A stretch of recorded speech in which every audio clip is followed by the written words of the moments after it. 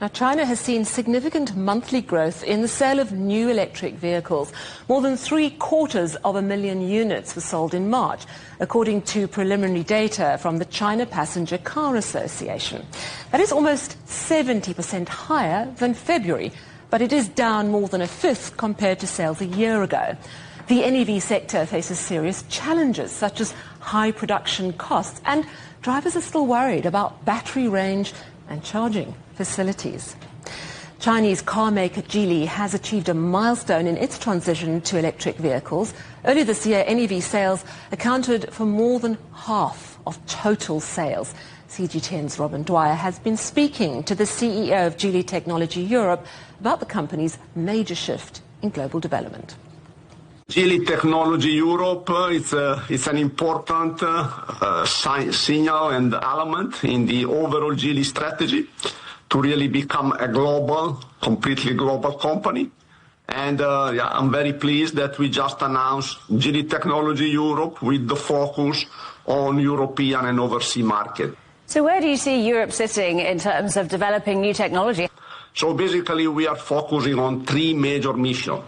Number one, clearly architecture, to really co-develop, co-create with our China colleague the future architecture for the mechanical and electronic architecture. We have a lot of talent. We have really a great DNA, automotive DNA here in Europe, and this is clearly mission number one. Mission number two is really to co-create along the entire product life cycle. So we don't want just to design and produce cars in China and then send overseas and maybe just tune or homologate. We are really part of the overall product life cycle. And mission number three is clearly that, well, in general, but especially for the Western market, digital experience, the overall digital ecosystem with AI as the fundamental driving force is so important. So this is really the third major mission. Well, one challenge that both you and your competitors are facing are the war in Iran, causing a huge shock in energy prices. I wonder how that's affecting your business and also the EV industry more broadly. The fact that my team is back to the architecture for mechanical and electronic. For example, hybrid, it's a very, very important element.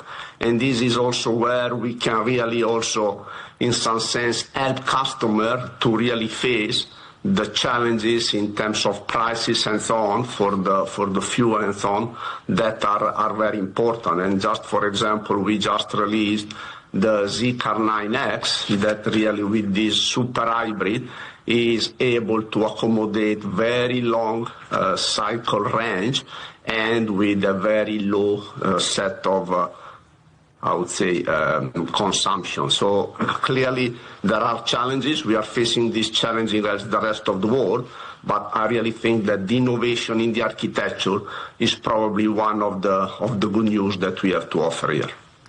So you mentioned AI. I wonder what's next with Geely. Is AI one area where you see growth for the company?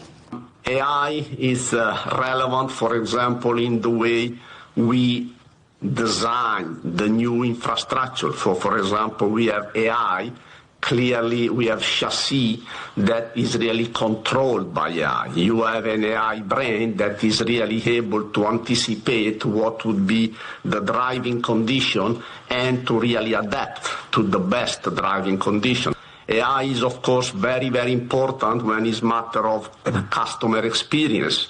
And I'm referring to intelligent driving, ADAS, as well as smart cockpit. For example, in Europe, we have just released, end of last year, an entire intelligent cockpit solution that is really driven by AI that allow a highest level of customization and personalization. So the car start learning about who you are, about your habits, about your preference, and of course is capable to react accordingly.